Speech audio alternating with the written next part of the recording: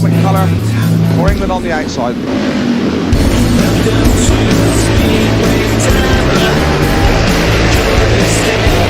And from the inside it is Bobby Schwartz, and Nielsen has got up as well, and that's a surprise. And Morton has tried the outside run. So it is Sweden in front, then Schwartz. Third place now is Olsen, and it's just Morton at the back. And again, this isn't good news as Schwartz goes bursting in the inside of Nielsen. So now America again, really, the Statesiders are in the most mean mood. They lead second place Nielsen, that's a surprise. Third place is Olsen with Morton trying all kinds of tricks to go around the outside. And Olsen is being slowed up by Nielsen. And here comes Chris Morton for England. He's gone round one, he's gone round the other one. And that really was Morton at his gritty best.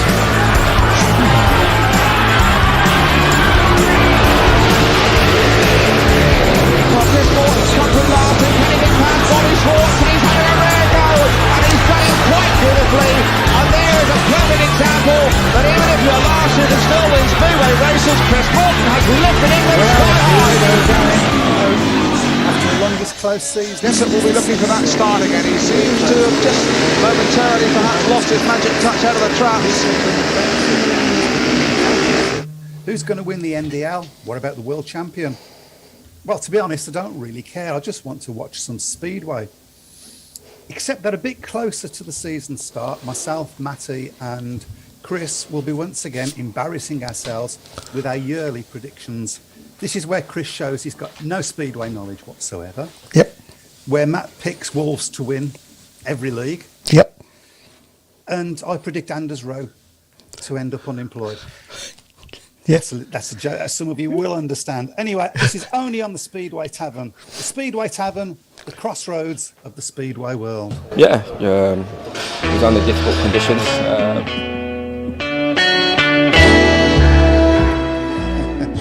that's enough of that. Yeah, absolutely. Well, it didn't go like that in rehearsal, did he? The rehearsal we never had. Yeah, first Speedway Tavern of the year. I'd like to welcome our guests. We have Laurence Rogers. How do you do, Laurence? Okay. Thank you for coming. Tom Bacon. Hi. Thank you very much. And Mattie Bates from Plymouth. Hi. Thank you, everybody. Gentlemen, are you looking forward to a Speedway season? Very much. Yeah, definitely. Can't wait to get going now. It's been a long wait, so it's nice to see a bit of light at the end of the tunnel and have a date. Definitely. I'm looking forward to all the fast food on the way. I've missed my 2 McDonald's of a day traveling. It's like the Isle of Wight or something. So, but no, I'm super excited. Chris, you need to get in touch with McDonald's. We might be able to get something out of that now. Yeah, one of them sauces probably. Yeah, that'd be good. Right, so I think we'll start. I'm going to start with Laurence because there is obviously a question that everybody wants to ask you.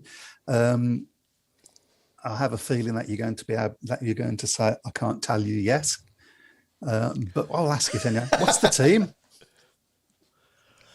My lips are sealed. 7 riders. Well, that's a good start. The 6 we had left for last year all want to be back, so that's the starting point. Everyone's on about who else is coming in. Well, I can tell you the amount of riders I've spoken to in the last couple of months is amazing. We're not yet where we want to be, and until we are, we won't make any comment. Yeah, that's what I said, isn't it? Right? Basically, Yeah, I think we all understand that, but we're all obviously anxious to hear that team. Tom, you just recently signed for Wolverhampton, so it's a shame Mattie's not here, really. But there you go. A good signing for you. You must be absolutely rapt. Yeah, when the opportunity came along, I was over the moon, really. Obviously, I've done some guest bookings for them before, and a few years ago, and that went really well. And it sort of looked like I'd go there maybe the year after, and things didn't quite work out. And to have the opportunity to go there now is great. You know, the main aim was to just get into the top league, but for it to be somewhere that I really wanted to go was an added bonus. Yeah, I think you have shown a liking for the Wolverhampton track, which is obviously, you know, a bonus, as you say. Yeah, you know, I've had some good meetings there in the past, and it's nice to go somewhere, I think, as a rider that you feel comfortable riding, especially when you're making that big jump up to that league. It's tough enough as it is, so to have a track where you feel comfortable, you know, can only help me, really. And of course, you're riding for Kent in the championship. 5 point something average, I believe. So I presume you're looking to increase that this year by 2 or 3 points, I would think.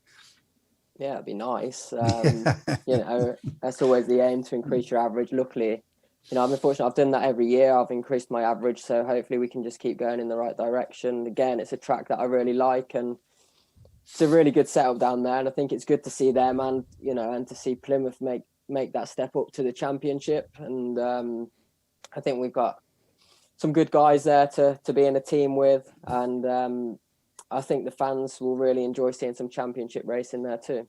Yeah, I'm sure. I think all the fans are just going to enjoy watching some Speedway this year. I mean, we're just absolutely desperate for it.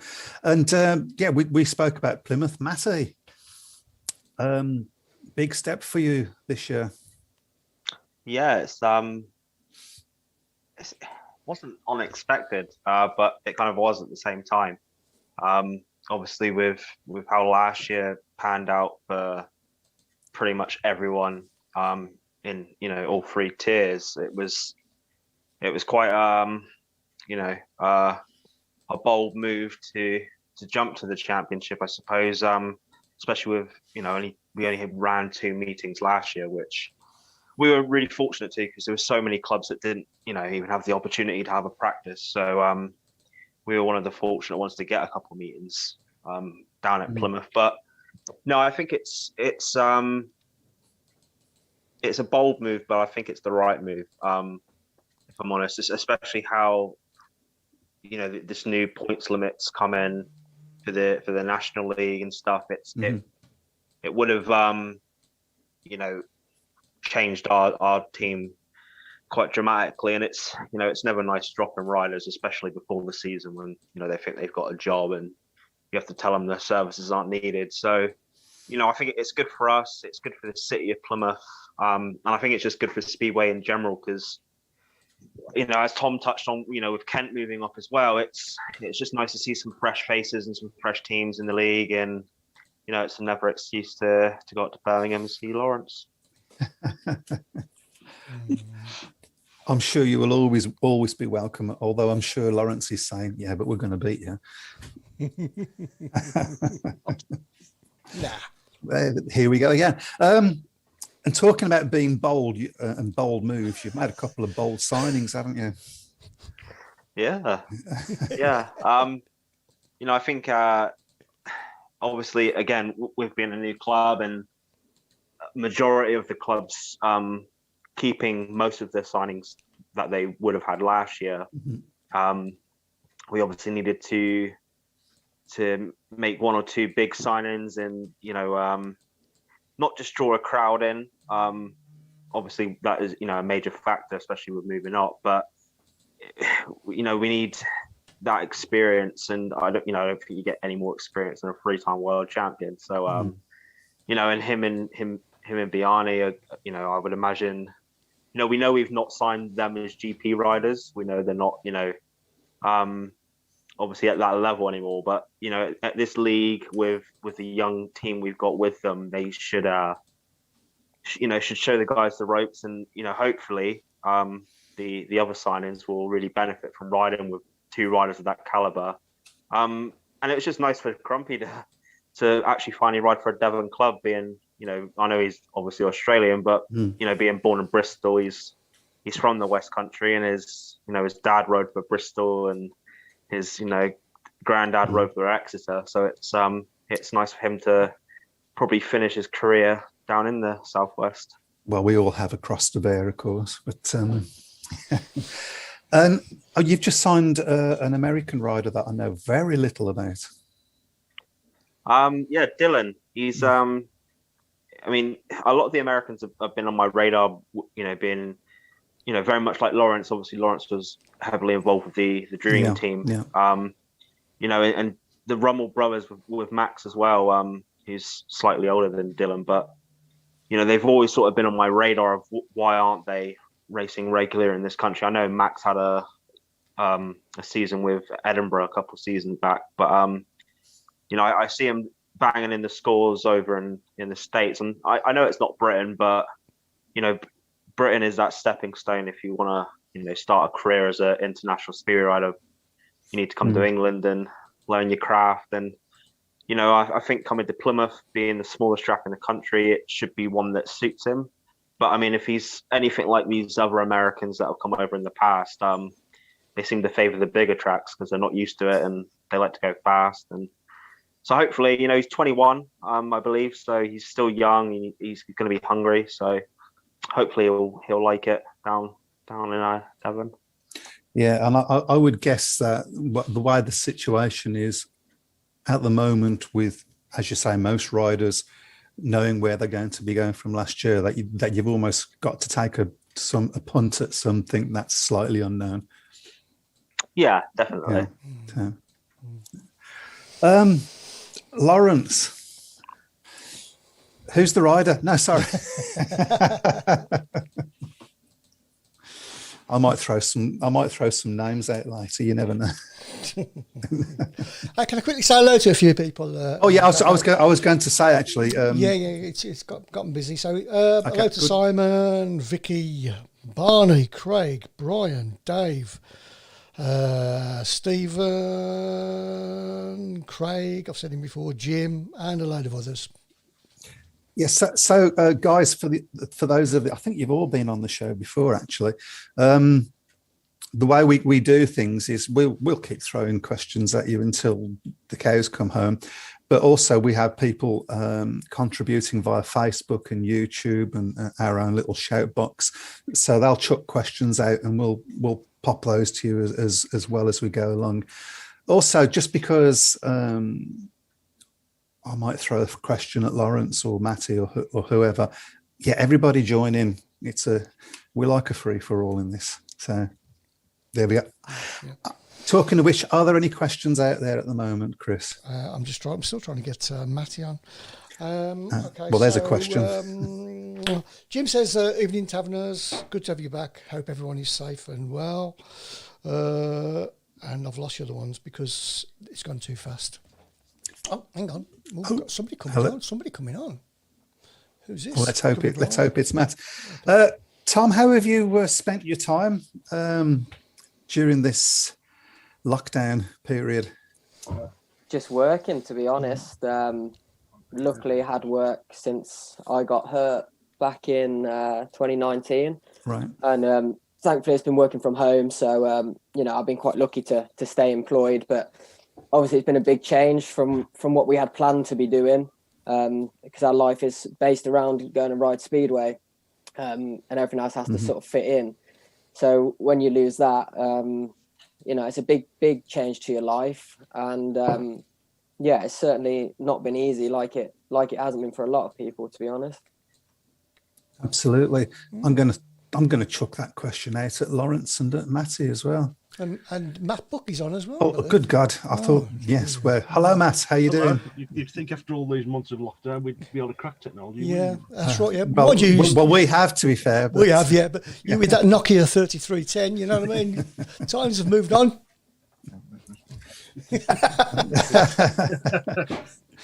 Say hello to Brian there as well. Yeah. Hello, Brian. So, Laurence, how have you been spending your time, apart from trying to sign a rider? Oh, you said it again. A rider? Am I? Okay. Well, I had my hip operation finally in July, so it's been a case of recovering from that. Still been working, just with my mortgage work, so I can work from home for that, so that's ideal from there. And really getting everything ready for the forthcoming season. I believe that you've got a few volunteers coming around this weekend to start sprucing the place up. We have, yeah. I had a meeting with the new stadium manager last weekend, and we're now allowed the volunteers back in on Saturday and Sunday.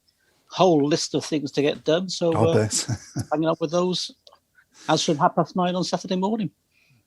Have you been and had a look at the track yet? Have you had a chance to see it? And how's it fared? It fared very well. Chris Ronan came up just before the last lockdown as well. We had a good walk round, and to be honest, the work he did beforehand on it made it look very good. There's not much for him to do to get it in tip-top condition for the start of the season, which is great. Absolutely. I presume Matt, I should say Mattie, because we've got a Mattie and we've got a Matt, whose name seems to be Brian at the moment. Anyway, I presume you've been much the same sort of things been happening at Plymouth. You've been checking the track out.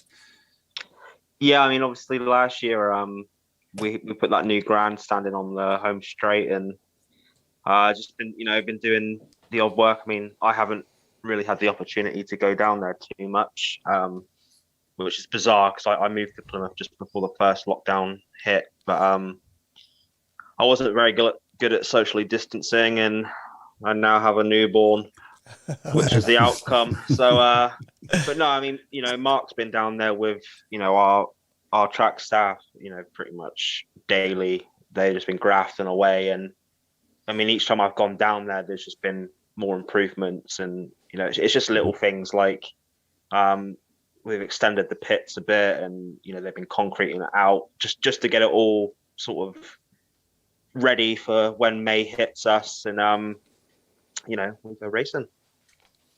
Good stuff. And it's really good to see another team making that jump from the lower league up into the higher league. It feels healthy, if you understand what I mean. Anyway, we should say hello to Matt. How are you doing, Matt? Last, all right. Yeah. How you doing, mate? Just joined us for the last 5 minutes.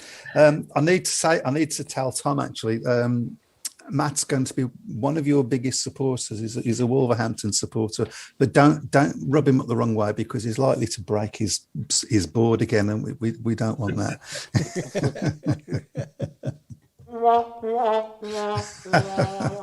I've got a few questions. This is that board somewhere as well. So. Yeah.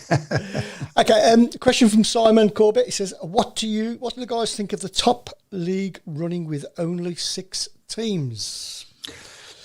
I think this year you'll probably be able to get away with it because it's going to be a shorter season. I think Chris Van Stratton's gone on record as saying he's not sure he would run 6 with a 6-team league in a normal season. But obviously starting in May, there's going to be even less leeway, I suppose, for rain-offs and things like that. So probably for the 1 year you can get away with it and maybe do some things to make the Premiership more attractive. So maybe 1 or 2 other clubs from the Championship fancy making the step up. Laurence, answering that one. I mean, I would imagine from a rider's point of view, Tom, that means it's almost imperative for you to be riding in the 2 leagues. Yeah, definitely. When I put my fixtures in the calendar already, it's becomes pretty clear that you need to have the 2 leagues. And that a lot of people talk about the doubling up, but it's almost impossible to make any sort of living or be able to even race competitively if you don't have the 2 leagues, because you'd be very limited on the amount of fixtures, and you still have to have all the equipment and be at different tracks on random days of the week. So it's a massive thing to have the 2 teams, and it is a shame that there are only 6 sides in that top league. But they should be 6 good sides, and I think there will be some very good racing in that top league, and it'll still be a very good product. I think it is all about the racing this year, isn't it? I mean, of course, if you're a Wolverhampton supporter, you want Wolverhampton to win. If you're a Birmingham supporter, you want Birmingham to win. Obviously, that's the nature of sport. But I think more than anything this year, we just want to see some speedway. And I would imagine that for Tom, you just want to get on the bike. Yeah, I mean, it's been a long time since I've raced competitively. I did the Benford at the start of last year, but before that, I broke my back in June 2019. So that's been a long time without being able to go and race, and desperate to get back to it. Do you think? I know James Shanes has said this because he obviously had a nasty accident as well. Do you think that this extra time, in a way, has been advantageous to you for getting over that your back injury? Yeah, potentially. Obviously, I'd much rather have been riding, and I worked hard to make sure I was fit to start last season, so I would have been absolutely fine. But it can't do any harm to give that injury a bit more time, and it's allowed me to train, and I really am in the best shape I've been for a long time to go into a season. Excellent. Do we have any questions out there? Go. Oh, brilliant. Next there we one. go. How will it work with crowds and social distancing when fixtures start? Says Elliot Hunt. Who wants to come in on that? How will it work? Go on, Laurence. Come on, Laurence, I can see. Well, we've got to do the assessment of it all. Ian Jordan's done a fair bit for us. He's done one at Plymouth and Eastbourne. He's lending me what he's got there. We know, having spoken with the stadium, what they would expect us to do. We'll need more people stewarding to make sure everyone's doing what they should be doing to keep the social distancing. Will they have to wear their masks? We will have to. It's going to be different, put it that way. I think everybody's getting used to different in the moment. Question for Matt. Matt, don't you think Plymouth are top heavy this year? So was Katie Price, but she had a fabulous career. I'll cut that bit out. I have a feeling you had been asked that question before. Yeah, I mean, I keep waiting to say that all day. That beats my Crossroads joke. Yes. I think on paper we are, but Speedway isn't, as we all know, it's not on paper. Obviously, we've got a very young, inexperienced side. In regards to like Henry and the two, the Aussie boy and the American, but it's an SS4 average they're coming in on. I've got no reservations that they could withhold that, if not improve it by a point or a point and a half. I think it's easy to see us as too top heavy because we've got two former GP riders in the team, so straight off the bat, it makes us seem we're more top heavy than we would be, especially with Crumpy on like a 12-point average. But I don't have any, reservations if, that we're too top heavy. I think we're pretty evenly balanced, especially at home. Obviously the Zach and Dylan are going to have to get used to pretty much every track. I think Zach did ride at Plymouth a couple of years ago. He rode for Somerset in an Interleague Challenge. So he's ridden a few tracks, and Dylan come over a couple of years ago, and I think he rode at Kent and a couple of the other tracks. Mildenhall, I think, was another one. So they have a little bit of experience, and they sort of know what to expect in terms of our climate and how our tracks sort of ride, like material wise. But I think obviously everything for them is a brand new track. It's all a big learning curve. But as we touched on earlier, if you're going to learn, it's your first season in this country. Having two former GP riders and one former three-time world champion is probably the best two people to learn from. Mm-hmm. Absolutely. And I would imagine, Tom, that you're looking forward to gaining some of the knowledge from some of your teammates at Wolverhampton when you get there, because you've got a fair bit of experience in that team. Yeah, I try and learn from guys wherever I'm riding, and it's guys that have been riding for a long time in that team who've achieved a lot in their career. And I'm riding with Scott Nichols again at Kent, who I've ridden with before, and again, there's not many better people to learn from, and not much he hasn't done really. that's always the key, to pick stuff up and keep your eyes open and your ears open and try and learn some things as you go. Fantastic. You got anything you want to say, Matt? You've been very quiet. It's not like you. Quiet, yeah, no. He's frozen. Oh, he's frozen. He's frozen. That's why he's quiet. That's why he's quiet. I love it. He's got to get rid of that phone, I tell you. He's got to get rid of that phone. Absolutely. I've got another question anyway. Okay. What does Matt think of Wolves releasing Jacob? A bit of a shock, says Simon Corbett. Unfortunately, he can't answer that. You just realised it's for the that wrong Matt, Matt. isn't it? Yeah. Well, that's what he thinks. I Yes. think it's shocking. Yeah. Laurence, do you have anything to answer to that? No, I didn't think so. Who's the rider, Laurence? Anyway. Keep trying. I don't think he's going to break down. We will find out, I'm sure. Question for Tom. Has Tom rode with the new time ache? If so, does he feel they're much different? No, I've not, and I'm not even sure how I can get hold of them at the moment. So, it'd be quite useful to be able to get hold of them before the season starts to have a bit of a test and a bit of a practice. So that'll be something I'll be looking to do. But no, as yet, I've not ridden them.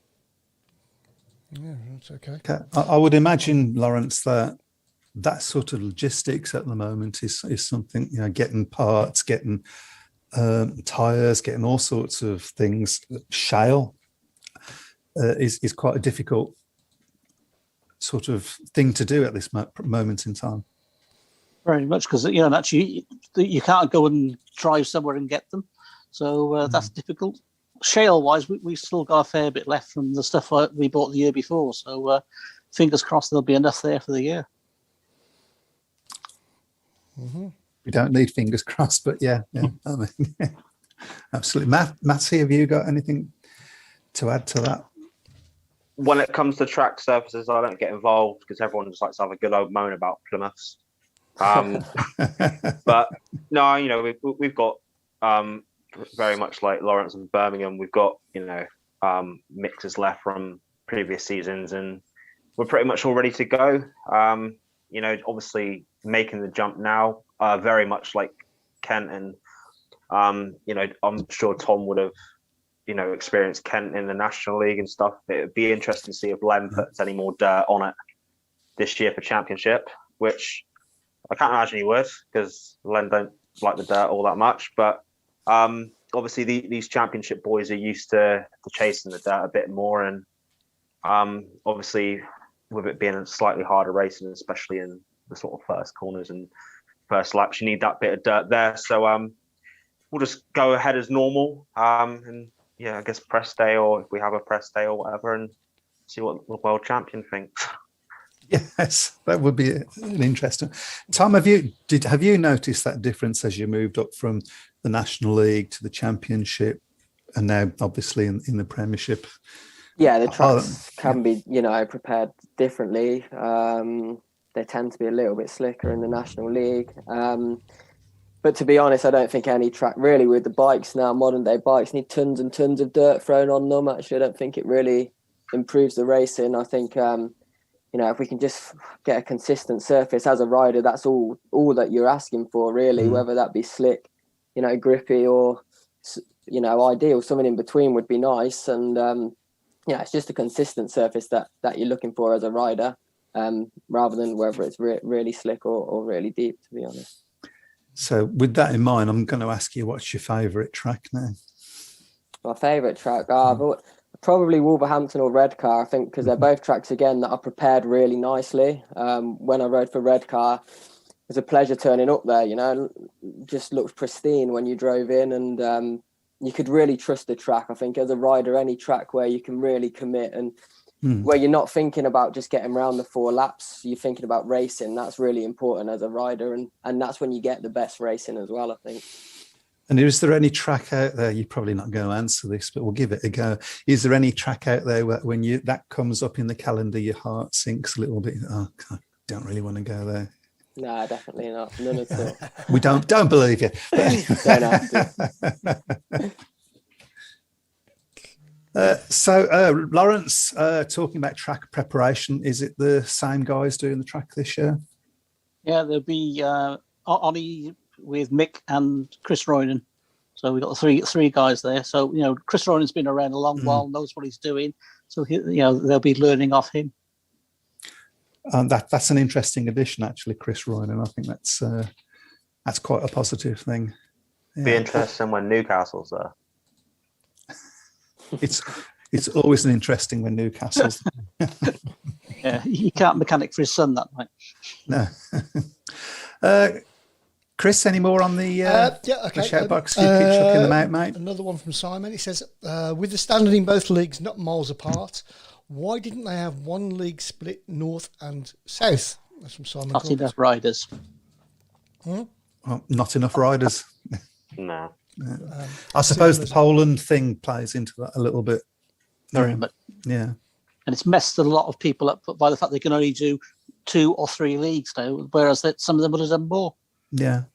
And I think as well, it's you have to be a little bit careful when you say the standard's the same between the 2 leagues, because if you look at who the reserves are in the top league and then look at what it is in the second league, there's actually a massive difference. So I think there still is quite a jump in the standards still. They're not identical leagues by any stretch. Yeah, I mean, I think we've seen that in past seasons when people have said exactly the same thing, and then when they've done interleague matches and so on, you've seen there is not a gulf maybe, but there is definitely a gap, and so there should be, of course. Chris, that's it. We're okay. I had a question in my head and it's just up, yeah. disappeared, but I'm sure it will come. So we've got the new season starting. Who would you say? Oh, we're going to put you on the spot now, Laurence. Who do you reckon is going to be the team that's going to be a big rival to us? Because obviously, if I ask you who's going to win, you're going to say Birmingham. So, which team perhaps would you fear the most? It's fairly, to be honest, a lot of the teams are fairly even. They're built up differently, I know, but there's a lot of evenness amongst the championship teams this year, and I think it's going to be a good competition. Very diplomatically answered. Mattie, the same question to you. Exactly what Laurence said, I think. No, I mean, most of the teams are fairly balanced out. And I think, when it comes to that late stage of the season when everyone's putting in an extra shift to try and make playoffs or, however they structure it this year, I think, it's going to be a lot of teams chasing for the same point. So I think, come the end of the season, you're going to see some really good speedway, especially in the championship, because, there's a fair few teams in it this year. But no, I mean, it's very much the same for me as it was for the National League. I mean, as I said earlier, speedway's on paper, so I think you can go to a meeting and be confident and know what your riders are capable of on that track. And, you've got to be confident in this game, because if you turn up to a track and you're not feeling it, you might as well not even get the bike out the van. It's got to be all commitment or no commitment. That was something I struggled on when I was riding. Like, half the tracks I go to and love it, half the tracks I'd be beat before I got there. But, in regards to team managing and, going there, fear is a strong word for me, but I respect every club we come up against, regardless if they look strong or not strong on paper, because 15 heats can tell a pretty cool story, and it's all about what happens on the night. So I sort of go in the mind frame of equally respecting each team, and I guess fearing that anyone could beat us, but at the same time feeling confident that we could beat anyone, if that sort of makes sense. If that's possible, it's an even more diplomatic answer than Laurence, but well done. I'd like to talk to you all about the new system in the championship this year with the upcoming rider in the reserve. Do we think this is a good thing? Are we happy? I think it is. Yeah. You know, I was always a fan of it when they tried it. I think it was like back in 2015, when they were sort of given What they call the fast track in those. fast track. Yeah. You know, I think it is a good system, and it's worked in other places where youth riders have been given chances and they've progressed, you know, incredibly quick, and you know they've gone on to be sort of the top guys in their countries. But I think the only downfall is that with it is you know, I think we touched on, you know, last time I was on the show, like a lot of these riders are kids. Like you know, I was reading on the Speedway forum the other day, is Jordan Palin ready for Championship League? Like, well, yeah, he is ready for Championship League, you know, and if he's not, that will show. But you know, at the end of the day, regardless if he's 15 at the moment and you know he's 16 in beginning of March or whatever, it is a, you know, as Tom pointed out, it is a big step. But you need to be given these chances, and for, you know, for riders, especially riders with natural, you know, raw talent like Jordan's got, this system is the perfect stepping stone for him to take that jump into the championship. And you know, with the rising star thing, you know, that Tom was, you know, beneficial when we're going to Wolverhampton. You know, British riders need these stepping stones to not make it easier for them, but you know, just to give them that chance to know they're going to be in a team, and you know that they're going to be there for not just a couple meetings and get dropped. You know, I think it's an important thing that it's good to see this country is now sort of, you know, taken into account and doing a good system like that for it. Yeah, I mean, I would guess the whole Brexit situation has played into that a little bit as well. I would say that these riders need to be judged against the other rising star riders in another team rather than against the rest of the team that they're racing against. Oh yeah, of course. Yeah. It'd be entirely unfair, wouldn't it? Yeah, absolutely. Laurence, I've got a question for Laurence, actually. Oh, okay, go for it. Let's go over. Okay. Who's the rider? No. Susan Jordan says to Laurence, is there going to be a development team this year? Very much so, yeah. I'd like to have more than one team, to be honest. We did apply to join the NJL as well, but they didn't feel that the away matches could be fitted in for them. But we will be doing some NJL, which involves 2 500s, 2 125s. And there's also another project which Berwick and Redcar I'm joining with to do, where we use 2 500s, 2 250s, and 2 125s.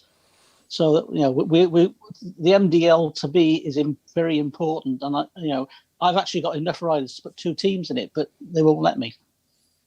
You could borrow it to another track. Borrow them to another track. Exactly. Yeah. Another question. Okay. Does Laurence and Mattie think a point system should change so as averages increase, riders don't have to be dropped, etc., especially with rider shortage? If you understood that. I'm not sure I did, but does Laurence and Mattie think a point system should change so as averages increase, riders don't have to be dropped, etc., especially with rider shortage? Do you understand that, or is it gobbledygook? I think what's being asked is possibly should we stick with our 1 to 7 come what may? Should that be a sort of rule? So even if their averages go down or whatever. As a rider, I do think maybe there should be something in place in your contract or as such that you can't be dropped if your average doesn't drop by a certain amount, because you see it so often where guys are sacrificed to make changes in the team when they haven't done anything wrong. And I always feel that's a little bit harsh as a speedway rider, and I think it happens too often, to be honest. I definitely think, like touching on what Tom said there, I definitely think there should be some sort of clause in a rider's contract where if you know, team changes need to occur, you know, because sometimes you are just the guilty party. Like maybe your number one gets hurt and you have to bring a new number one in, and their average is slightly higher. So unfortunately, you know, you have to lose a rider. But I think there should be some clause where you have to stick with your sort of 1 to 7 injury permitting for a certain amount of time in the season, because it's so easy to, I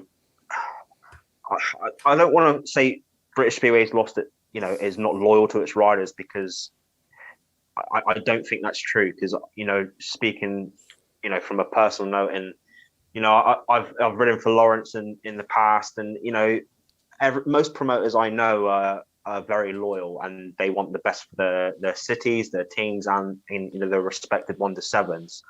But as Tom said, it is sometimes you go for doing nothing wrong, and that's when it leaves a sour taste in your mouth a bit. So I think there should definitely be some sort of clause where, maybe like Tom said, unless you've actually dropped your average at the start of that season, shouldn't really be allowed. Or maybe, if an injury does occur where a team change needs to be made, there should be an allowance for that, obviously, because it's for an injured rider. So maybe they can give you like an 8% allowance on averages or something. Every team you can see people being honest with that. Yeah. He's broke his leg again. On purpose. Yeah. Laurence, do you have anything to add to that? I can see the boys' points of view, the riders, but sometimes you have to make changes. We did at Birmingham, but we lost 8 matches on the trot, and we had to make changes. We had no choice, otherwise there'd be nobody coming to the turnstile. We brought Alan Ellis in. We had to do that, and it turned our season around. Yeah, I can see it on that side of the fence as well, because obviously, it's all well and good. Speedway fans are Speedway fans, but at the end of the day, you want to see your home side winning. And if you do go on a losing streak, I've ridden for teams that have been on losing streaks. Sorry, Laurence. And it's not nice, and it's not nice. I mean, it's not nice to. It's one thing to finish a meeting where it's like your third or fourth meeting in a row you've lost, and you take it personally as a rider. You feel for the fans, you feel for the management, and then you see all the stuff on social media or the forums, and that doesn't really do your self-esteem any good at all. But no, I can see it from both sides. As a rider, you want to have some sort of loyalty. For obviously you're out there risking your life, and really for the risk involved, it's for very little money in comparison when you look at like what F1 drivers are on and stuff. But I can also see it now from a team manager and promoter's side, as Laurence said, and sometimes team changes, they have to happen, because if you need a winning team, especially a team that's not losing at home consistently, and it's a hard one. I mean, I think it's made harder as well by the fact. So, if we look at football, if you don't do very well, you'll get dropped from the team. Fair enough, but you're still getting paid, aren't you? It's a massive difference in Speedway for a Speedway rider, because we are self-employed, and as soon as if you were to lose your team place, you lose your income straight away, and there's very little protection for a Speedway rider in a Speedway contract. From a rider's point of view, it's not really worth the paper it's written on, because there's just not much protection. So I just think from that point of view, as a rider, there should be a little bit of protection if you've done nothing wrong. I think sometimes I get that changes need to be made in Speedway 100%, but often they should maybe just be like for that rider that is injured or who has dropped his average. And unfortunately, that's a choice you then have to make as a manager if you want to do that. It's difficult from both sides, and but as a fan, I'm loyal to my riders, and I do want them to be protected at the same time. But but then again, as a fan, if my team's losing, you'll be the first to say get rid of it. I wouldn't. Do you know what? That's actually isn't something that I would say. But there are plenty of people out there. I'll get rid of you. Your pants are on fire. I'll get rid of you. And leave that new button alone as well, please. Oh, hello. What was that? Nothing. Oh, I had a little scream in my. Okay. No, I think it's Laurence. He's got a notification from the seventh rider. No, you get that We one. signed Do we have any more questions out We there, do. We've Chris, got quite a before- few now. Okay. We're probably not Okay, going to so get I've them got- all in. Okay, because I've got a few, but we'll go with the... Hi lads, do you feel Speedway is a dying sport in this country? I love my Speedway and miss it a lot. My local team pulled out of Speedway at Workington, and now I can't get my fix of Speedway anymore. That's Neil Caton. Is it a dying sport? How many years have we been saying this? Far too I many. don't think it's a dying sport. I think it's a sport that's unfortunately on a decline. I don't think it's dying, because I think you'll always have Speedway in this country, regardless of it's just one league running with 10 teams. I think it'll always exist. I just think, me personally, I mean, obviously I haven't been around as long as a lot of people, and I was quite late getting into Speedway anyway. But I think that one of the major factors is Speedway was stuck in the dark ages for a long time. Like, you know, you look at back in the early 80s with, you know, Bruce Penhall and Kenny Carter and, you know, all these larger than life characters. And because it worked then, I think that's the way everyone thought it should be for the next 20, 30 years, where, you know, other sports that were sort of below Speedway at the time kind of went with the times. And, you know, I think Speedway in the last couple of years it's picked up a lot in the way it's promoted and its visual look. I mean, you look at the Speedway Star now, and the way it grabs you is 100% better than it just looking like a magazine on a shelf. The way it's presented on TV, you know, the race suits and jacket designs that are sort of you're able to do now with the new printing stuff. I think visually Speedway is stunning now. And I think it's just something that needs to be, you know, it kind of goes back to what we were just talking about, you know, with riders and stuff. It's British Speedway is a funny one, because, you know, you sign an all English team and you get stick because, you know, people don't think they're very good, but then you sign a bunch of foreigners and everyone's moaning at you because you're not signing the British riders. It's one of those things. Unfortunately, it's always going to be a losing battle. But, you know, the only way to keep this sport from sort of declining anymore is for everyone that says it's declining, invite 5 of your friends to Speedway, because, or, you know, whatever, because 4 might hate it, but 1 might love it. You know, no, I think more likely 4 will love it, because, like, definitely. You know, I think the product we have is great, and this is the problem. We could bang on about how negative it is all the time, which is a crazy thing to do, because how much more excitement do you want from an event to see 4 guys on 500cc bikes with no brakes? Like, I think we should really be able to sell that as a product. And definitely.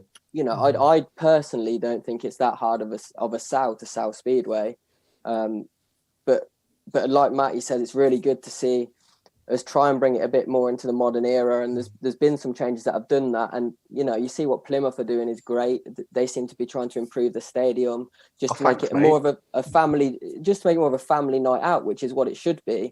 I think, like, often we worry a lot about the 15 minutes of racing. I've said it before, like, what the rules going to be, who's going to be in the team. And naturally, the 15 minutes of racing is good. The people are actually enjoying the racing. It's everything that goes around it. And you know, the advertising to get people in, and what we do is, once they come through the turnstile, you got to make it a good night out from the moment that they come in to the moment they leave. And I think, I mean, 15 heats isn't enough anymore, is it? People want more. And I think the 15 heats are good, and we often are just people who are into Speedway anyway. We will obviously argue about the rules and the teams, but the people that are doing all of that will come regardless because they love Speedway. It's getting the other people that aren't talking about the 15 minutes of racing to go. One of the things that I've said that Speedway should do, and Laurence know this because I've put this to him before, is that a much better use of modern technology. So instead of bits of paper that people are writing the score on, it's on their phone. Should at least be an option, because you know, like the guys in their, you know, teens, 20s, they're not used to carrying a pen around with them these days. Exactly. Because everything's, you know, at your fingertips on your phone. Yeah, and you can see them looking at their phones. Yeah. Even at meetings. And I think there's a team, I think I'm right in saying, I think it's Eastbourne, I think they're doing something. Yeah, they're doing something. Yeah. Just going back to what Mattie was saying regarding years and years and years ago, even before Mike was born. in the 20s and 30s. Do you think Speedway does miss these larger-than-life characters? Yeah, I do personally. I mean, I wasn't around to experience it, but No. you know, from stories I've been told from everyone from different eras, and you know, I think it's definitely important. There did seem to be a lot more. What's the word I'm looking for? Well, I mean, even non-Speedway people knew these names. But I also think that we need to make the riders back into those stars that they were. You know, we need to big it up. What's about to happen?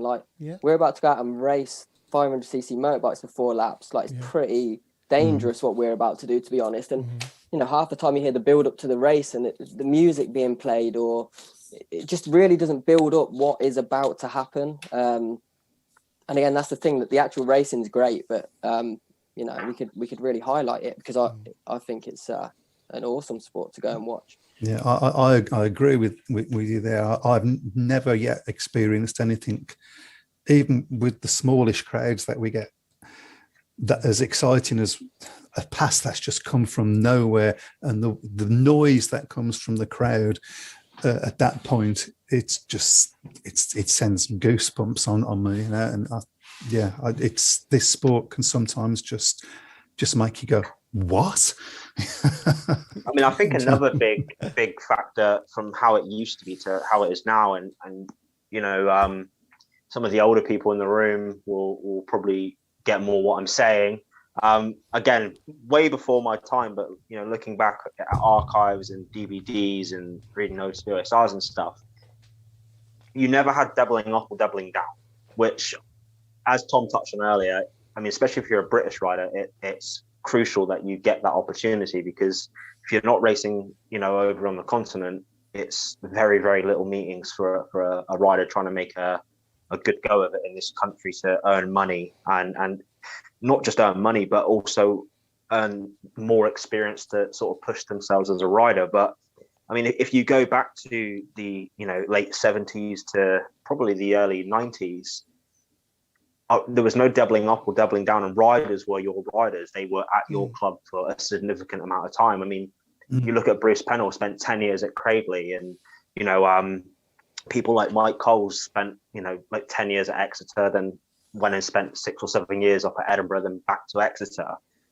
So, you know, it's not like you're going to watch, I don't know, say Bellevue, and you've got one of the Worrell brothers riding, but then it's like, well, he's riding for Newcastle tomorrow. Do you know what I mean? It's like riders were your riders, so you could fully get behind them and embrace them. And I don't think it's just the doubling up, is it, that does that as well as teams. It's so easy to, you know, swap and change riders again. We go back to that. Yeah, definitely. You know, everyone's vying to get into those playoffs, and there's so many opportunities to swap riders in and out, and instead of sticking with your team and sticking with them for a long time. And like Mattie says, I think it's important for fans to build a rapport with that rider, because that's what the fans are there to do, to go and support their team and their rider. And I think that can be quite a special thing in Speedway as well. It's just, you know, it's a hard one, isn't it? Because it's sort of like if my auntie had a penis, she'd be my uncle, wouldn't she? You know what I mean? Like, it's a really hard one to sort of. You know what I mean? Is that a down south thing? Is that? Yeah. Oh yeah. I'm gonna put it in this. You've proper got to say an English country accent though, like that though. My lover. So you gotta know. Actually, it's a shame Matt couldn't come, because he would have probably told this story a little bit better than me. But talking about what Tom said before, if you invited 5 people, it would be 4 out of 5 people that would enjoy it and stop. Back at Birmingham, a few moons ago now, we had a problem with noise. Some of you may be aware of this, and it looked like we was going to lose the license to the council, and that didn't happen because of the new silencers. But one of the things that we did was we invited some of the people to come and watch Speedway that had been complaining about the noise and complaining about the Speedway, and at the end of it, they all went, "Wow, we loved that. That was absolutely brilliant." So that sort of says it, doesn't it? It does, and I had a similar thing at when I went and rode at Glasgow the other year. There was your typical, what you wouldn't class as your typical group of Speedway fans, was a stag do was there. And God. it's been like, and after the meeting, we were walking round to just get a drink or something before we left and hit the 6-hour journey home, and bumped into these guys, and they said, like, we'd never been before. I said, did you enjoy it? They said, we absolutely loved it. Like, we thought it was great. And so that's the thing, it's just getting these people in to watch it in the first place. There's so many other things for people to do. I think that's a poor excuse to it, from my point of view, when you hear that all the time. You know, people still go to football, don't they? People still go to loads of things, and I think even coming out of this pandemic is a great opportunity to actually get people to go to Speedway if we can market it as a safe outdoor family environment to go out to. People are going to be absolutely clamouring to go to things like this. I think as well, like, hope. If you look at local sport in general, like, you know, football, rugby, I mean, in Plymouth, we've got basketball as well. You know, 9 times out of 10, Speedway is the cheapest option for you to go watch a live sport in, you know, your respective city or town or whatever. But also, with it not just being the cheapest, usually to attend, I mean, don't get me wrong, I love football. I mean, I'm a West Ham supporter, but... Sorry, I thought you said you like football. Everyone's a comedian. But, you know, I mean, maybe it's just me because obviously, I you know, like everyone on who's talking tonight, we've got the Speedway bug. But I know what I'd rather spend my hard-earned money on, going to watch 90 minutes of someone kicking around a bit of leather, you know, or, you know. But it's not just that, it's the showmanship and the sportsmanship. Like, you see a rider, like Chris Harris is a prime example at Paul when he was riding for Coventry, like, gets tangled up with Holder, Bridger rides over the top of him, looks like he can't go on. Next thing, he's running back to the pits, goes out and wins rerun. But then you got like a footballer like, oh my God, I scuffed my sock off and I broke my nail. But then they all act like they're hard lads on the night out, but, you know, they can't handle being tripped over on the pitch. You know, it's not sportsmanship for me. That's why I prefer the American, like, not American football, but like American soccer, because you don't really have any of that like diving stuff that ruins football in this country, and you don't get that at all in Speedway because everyone in Speedway is hard. Really, you got to be a hard guy in this game. Yeah. That was stupid. You got to be, I just took the words right out of my mouth. Yeah.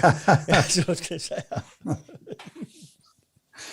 Right, well, I can't believe the time, but you still got some questions out there, Chris. We've missed about 30 or 40, to be honest. Would weekend meetings help with family attendances, says Sean? Stadiums can't be used on weekends. Not all of them. Yeah, that's a problem. That's one of the problems with Speedway, isn't it? We borrow stadiums a lot of the time, and it's why I never could understand why Stoke never did better, because it was sort of their own stadium, you know, that they had it all the time. But there you go. Okay, so and the last question really comes from Simon. He says 21 teams in the top league, world-class riders in the 70s and 80s. Where did we all go wrong? Do you know the thing is, Speedway we've been here before with Speedway. Speedway has gone down to the doldrums. They've had, you know, fewer teams than we've had now, and it's bounced back. So, you know, let's start the bounce back now. Yeah, I think we're in a good place too as well. I think what they're doing is great with bringing on the British riders. I think that's really important because often you see teams signing Danish guys or Australian guys that are no better than what the British guys are either. Plymouth's first 2 signings, Danish and Australian. There you go. It's exactly what's wrong with the sport.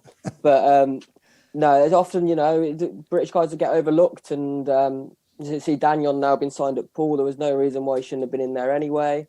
Things like that. It's important to build our own product, and you know, 70s and 80s have gone, and we need to stop being negative about it and start being positive about it again. When you're going to become a promoter, Tom? When you're going to become a promoter, mate? When I get riding finishes. I think, like as Tom said, then like the past is in your head, the future's in your hands. It's how you want to, you know, now contribute, because fans are just as big a contributors to the sport as the riders are. You know, it's not just a matter of they pay our wages. They create the atmosphere. They create the sport what it is. And, you know, us as promoters have to promote it to the best of our ability. Riders have to go out and put on the best possible show they can. We're still being as safe as they can. You know, and the fans need to flock again. I don't know if it'll ever be as big as it was, because I don't know, you know, with F1 as big as it is now and things like that, and people have so much option of stuff to do now, it's hard to fully grow a sport like that back. But I truly think, you know, touching on what Tom said, like, as awful as this pandemic's been, it could be the biggest blessing in disguise, especially British Speedway, because all these British riders are getting, you know, the chance now. You know, and I just think, you know, with this long-winded break, everyone's just going to be excited, and people are going to want to just get outside, regardless if it's, you know, it's like, oh, nothing's open, but Speedway's on tonight because, you know, everything's still socially distancing. Well, let's go to Speedway. So, you know, I think it could be a blessing in disguise. And, you know, if it's not, we just keep plugging away and we keep trying different avenues. And as a sport, as, you know, as a family, well, we should get there eventually if we all want the same thing. Well, I think that's a great note to finish on. I can't believe it's 9 o'clock already. Wow. Doesn't time fly when you're enjoying yourself? Who's the seventh rider though, Laurence? You are. No, we want He's somebody good. desperate, isn't he? He's desperate. They have watered this league down, haven't they? Bloody hell. Bloody hell. thought it was championship, not MDL. Artosh, will you be quiet, please? Don't say anything. And on that note, Mike. Yeah, thank you so much, guys, for joining us tonight. It's our first show of the year. Hopefully we won't be taken off the air after tonight. Matt's jokes weren't that bad. Quick colour yes. for England on the outside. And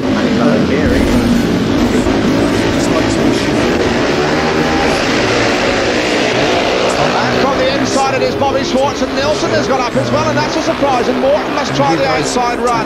So it is Sweden in front, then Schwartz. Third place now is Olsen, and it's Chris Morton at the back, and again this isn't good news as Schwartz goes bursting in the inside of Nilsson. So now America again, really, the Statesiders are in the most mean mood. They lead. Second place Nilsson, that's a surprise. Third place is Olsen, with Morton trying all kinds of tricks to go around the outside. And Olsen is being slowed up by Nilsson, and here comes Chris Morton for England. He's gone round one, he's gone round the other one, and that really was Morton at his pretty best.